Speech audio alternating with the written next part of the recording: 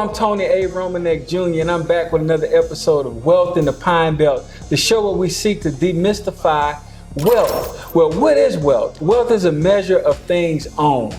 Expanded version of that, wealth is a measure of things owned that begin to generate an income for you, right? So our goal here is to demystify that, to bring in local entrepreneurs to help inspire those of you who may be seeking entrepreneurship or even moving up in the company culture that you work in. So today's episode, I have none other than Liz Reimonenq, the owner of Magic Hand Salon, world-renowned salon. And she's right here in Hattiesburg, and I'm honored to have her on the show today. But Liz, I'm glad to have you on this episode of Wealth in the Pine Belt.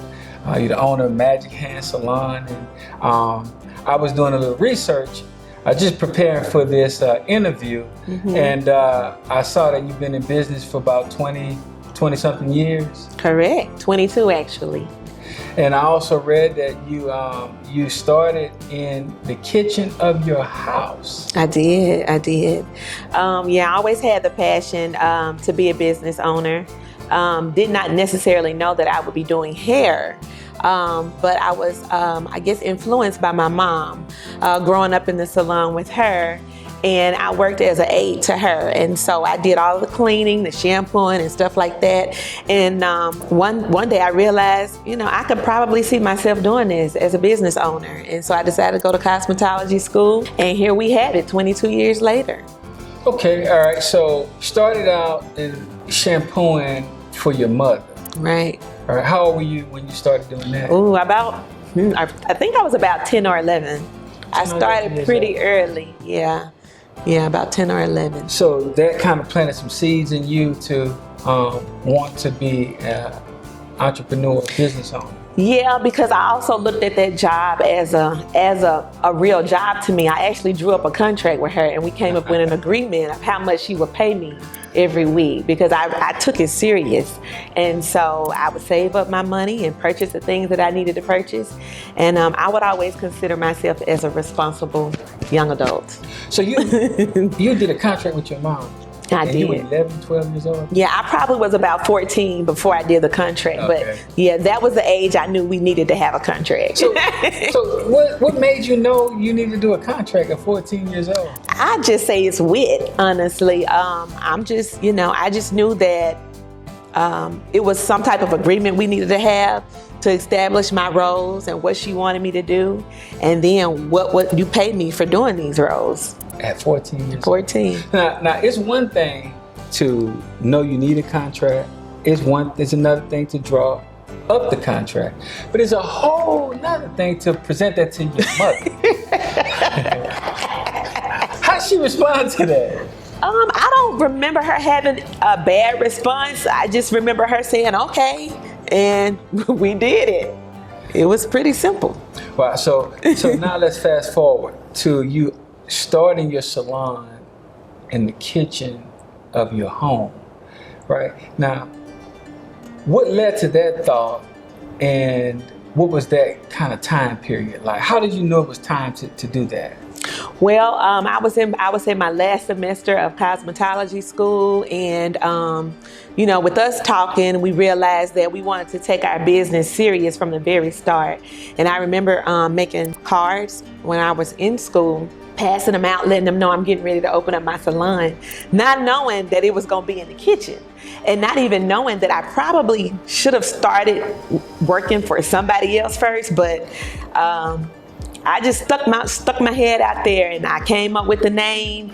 And I remember pitching the idea to you, and Tony was like, let's find some equipment. So we found equipment. The only place we had to put it was in the kitchen. So we used what we had, and we made it work. Where'd you find equipment at?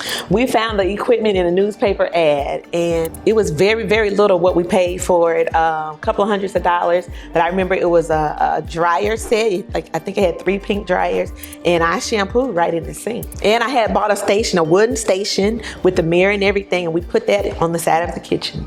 So now you're bringing me back. If y'all hadn't figured out yet, this is my wife.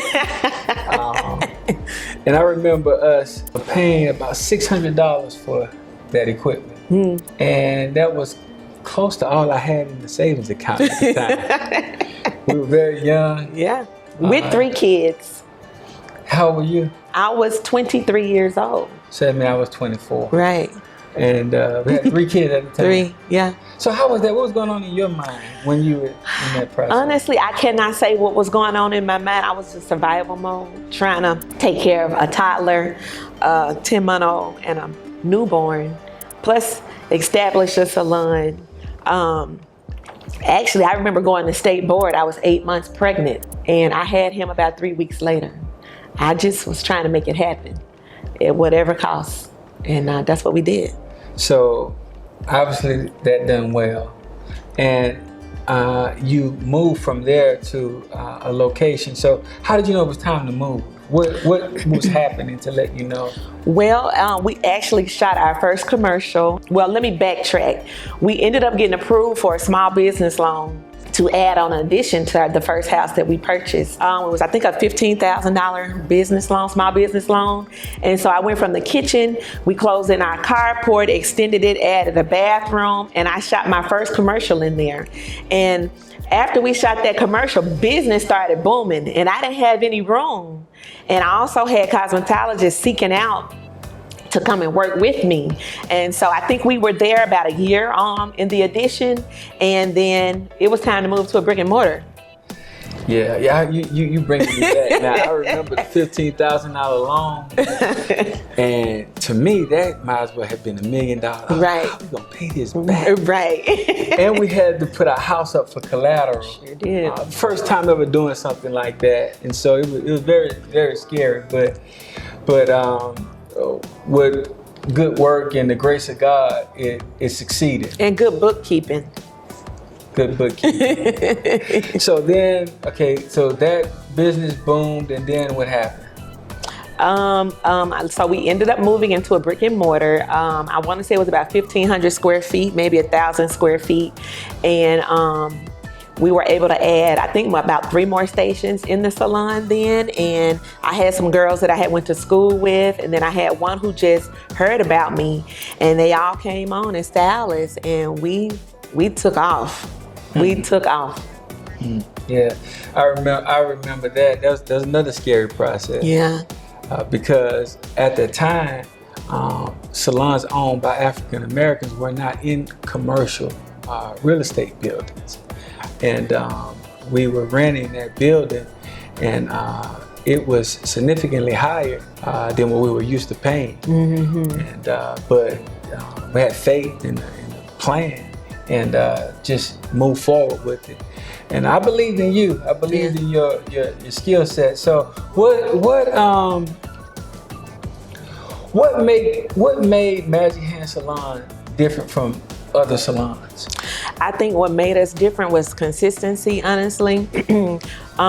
Establishing what our roles would be as a salon in Hattiesburg, developing who our competition would be, what type of product and services we wanted to add. I think that's what made us stand out, and also being a timely salon in a relaxing atmosphere. A lot of times you had clients when their complaints were they would go to the salon and they were waiting about 3 or 4 hours before they would even start the service. So we wanted to promote prompt service, and so that was one of our pitches, prompt service. And after the prompt service, then we had to make sure we had consistent services going out, consistent styling, getting education, learning your techniques properly, how to apply color properly. So getting education behind the prompt service was also important. So once we developed that system, I think that's what put us, made us separate from some of the salons here in Hattiesburg. Gotcha. Yeah, but I think not just in Hattiesburg, I just think salons, period. Yeah, right? True, yeah. So you had 2 hats on, or really 3 hats. You had the hat of a mother, you had the hat of a stylist, that's kind of behind the chair. You had to have the hat of a CEO, owner, right? So I hear you talk about core values like prompt service, pleasant atmosphere, and professional stylist. Right. So to establish those core values, and and the salon continued to grow and have great success. And I said in the introduction, world renowned, because you had people flying in from Australia, Yeah. Germany, Yeah. and even within the U.S. Yeah. Domestically. Yeah. And so for a person to put that kind of expense in their budget and fly over hundreds of salons to come to little Hattiesburg, Right. Mississippi, you have to be doing something right. Yeah, I'm very appreciative. And of course, I give my glory to God. I got to put that in there. But I think too, just being who you are also is important. Knowing your worth as a stylist too. And of course, you're going to make mistakes, but I think it's okay as long as you're following forward and making sure you have somebody you can glean from as well. Okay, so can you think of any challenges you had, with starting the salon and running the salon? Well, I would say the first challenge was managing people.